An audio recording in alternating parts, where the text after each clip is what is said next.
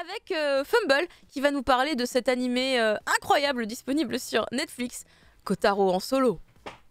Kotaro en solo. Oui, tu t'as regardé un petit peu, Caro? Non, mais par contre, tous les gens de Manga Sur, ils ont regardé. Et ils t'ont dit de pas regarder? Non, ils m'ont pas dit de pas regarder, mais il y a Ken qui était en mode pourquoi personne réagit? Ça, l'enfant, il vit tout seul. Alors oui, effectivement, c'est l'histoire d'un enfant de 4 ans qui débarque dans un petit complexe d'appartements pour s'installer tout seul et y vivre sa vie de petit enfant de 4 ans normal. Sauf que bien sûr, tout le monde se dit, mais comment c'est possible et pourquoi personne ne réagit? Parce que c'est la base de la narration en fait. Ça permet beaucoup de choses. C'est quelque chose que tu es obligé d'accepter au début et pour pouvoir profiter de tout ce que l'anime a raconté en fait.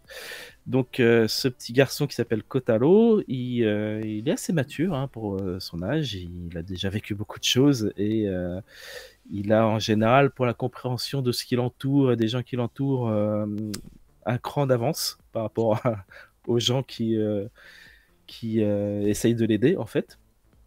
Et ça reste tout de même un petit garçon, donc il a des questions de petit garçon et puis des envies de petit garçon.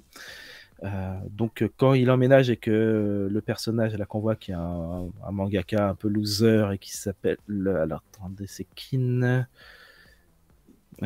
Carino, voilà. Quand Carino l'aide en fait, quand il commence à s'immiscer dans sa vie pour l'aider pour plein d'autres trucs, bah, il est quand même content, il est quand même heureux et il va s'entourer comme ça d'adultes qui effectivement ne se posent pas la question de savoir pourquoi il vit tout seul. Apparemment c'est légal, donc tu vois, c'est japonais, tu t'intimises pas dans les affaires des autres aussi facilement. Ils savent bien, ils comprennent bien tous qu'il y a quelque chose de sensible, mais tu t'immises pas comme ça. Donc, on va savoir ce qui s'est passé, bien sûr, on va le comprendre, hein, c'est pas un secret, c'est distillé avec recul et par petites touches hein, le long des épisodes et c'est extrêmement difficile. C'est très, voilà, c'est des coups de poignard à chaque fois dans la narration. Enfin, la narration est pensée pour. Hein, la narration est absolument pensée pour te déprimer, et te mettre des coups dans le dos quand tu les vois pas arriver ou des coups bien puissants de devant quand tu les vois arriver. Parce que des fois tu fais non, n'allez pas danser, non, oh putain.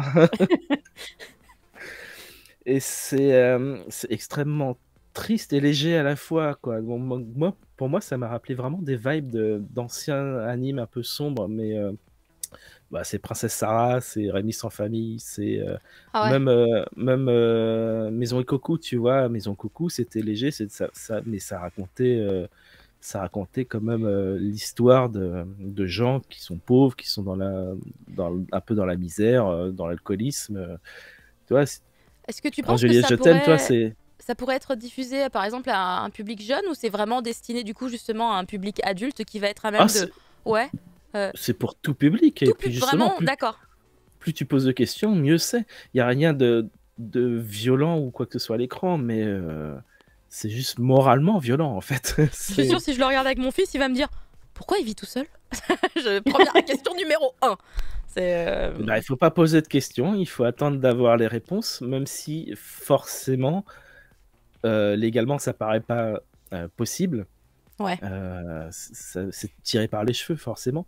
Mais c'est la condition scénaristique pour qu'on puisse raconter tout ça. Surtout que ça ne concerne pas que Kotaro, en fait. Tous les personnages qui sont autour de lui sont problématiques. Ah ouais. Et ont leur propre fardeau. Et l'intervention de Kotaro, ou le fait que eux ils essaient d'aider Kotaro, en fait, en général, c'est plutôt eux qui vont évoluer, c'est plutôt eux qui vont être aidés que lui. Même si lui aussi est aidé et il évolue aussi, mais de base, il est déjà extrêmement fort et voilà, c'est à voir, c'est vraiment à voir, mais il faut être prévenu que c'est des sujets assez sensibles et que c'est vraiment très triste et pensé pour être triste. C'est-à-dire que c'est vraiment, la narration est faite pour te prendre par les sentiments, quoi. Sans non plus que ça soit dans le mélo, quoi. Sans que ça soit dans le Ah, mélodramatique. c'est pas Ça trop dans le reste... mélo. Mais du coup, ça te touche? T'as quand Non, même la larme bien à sûr. l'œil un peu? Ah, mais totalement. Ah, totalement, ok. Totalement. Mais les choses sont présentées avec beaucoup de recul, en fait. C'est juste qu'il y a certains artifices scénaristiques pour te préparer ou te prendre par surprise. Mais en général, c'est fait avec beaucoup de recul et t'as pas d'exposition, de trucs mélodramatiques. C'est fait simplement, c'est fait avec beaucoup de banalité de te présenter ces problèmes-là. Et voilà. Par exemple, il y a un truc dont on se repère assez facilement. Tu vois un peu le design des yeux. Bon, là, sur l'affiche, on voit qu'il a un petit point blanc. Ouais. Ça, c'est quand il est heureux, en fait. Ah, Et quand il y a il pas n'est le pas point blanc? heureux, on le voit pas. Ou Ah. alors, il est juste normal, ou il est en train d'avoir une façade, en fait. D'accord. Et il y a des moments où c'est absolument horrible. Il y a un moment, il parle avec une femme enceinte. Et, T'aimes bien, je la sais. femme enceinte lui dit tu sais, tous les enfants sont nés de l'amour de leurs parents. Toi aussi, Kotaro, tu es né de l'amour de tes parents. Et là, en fait, là, il a les yeux qui brillent et il fait ah, d'accord. Et là, ses yeux qui s'éteignent. Et c'est absolument horrible. T'as pas besoin de plus de ça pour comprendre que faut pas parler de ce sujet-là, quoi. Surtout quand toi, tu sais un peu ce qui... tu comprends, tu sais parfaitement ce qui s'est passé. Les différents personnages autour de lui et lui-même, on n'a pas forcément toutes les informations. Nous, on les a toutes. Donc, c'est... voilà, c'est... pour moi, c'est vraiment pas loin du chef-d'œuvre. Hein, c'est vraiment excellent, quoi. C'est un des meilleurs animes Il a drop de le mot l'année, quoi. chef-d'œuvre, j'ai entendu.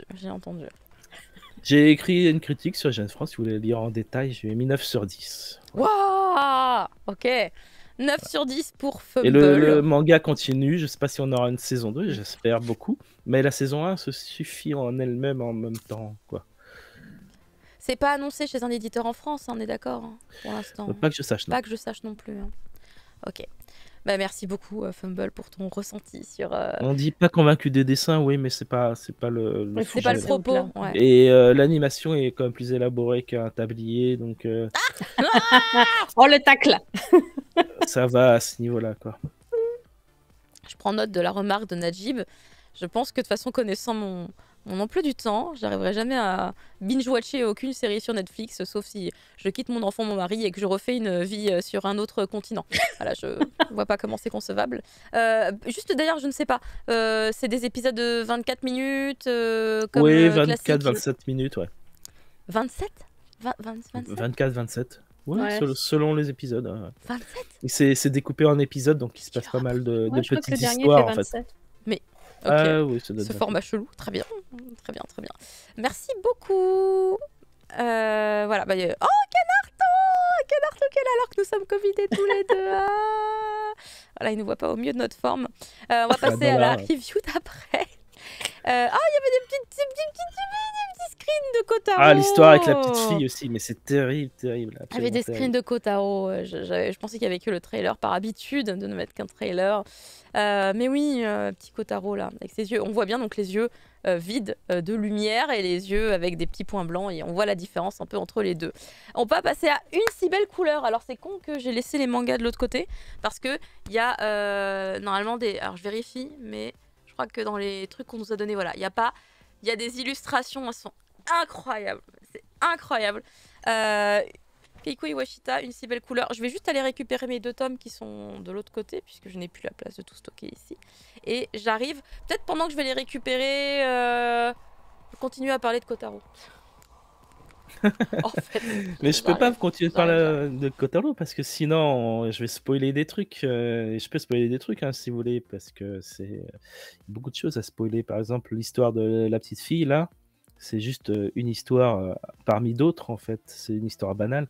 C'est que t'as une mère de famille qui demande elle a envie de jouer avec Kotaro, est-ce que vous pouvez est-ce qu'elle peut aller jouer chez lui? Donc il l'emmène jouer chez lui et un jour, 2 jours, 3 jours, et tous les jours la mère de famille oblige en fait sa fille à aller jouer avec Kotaro alors qu'elle n'a pas du tout envie.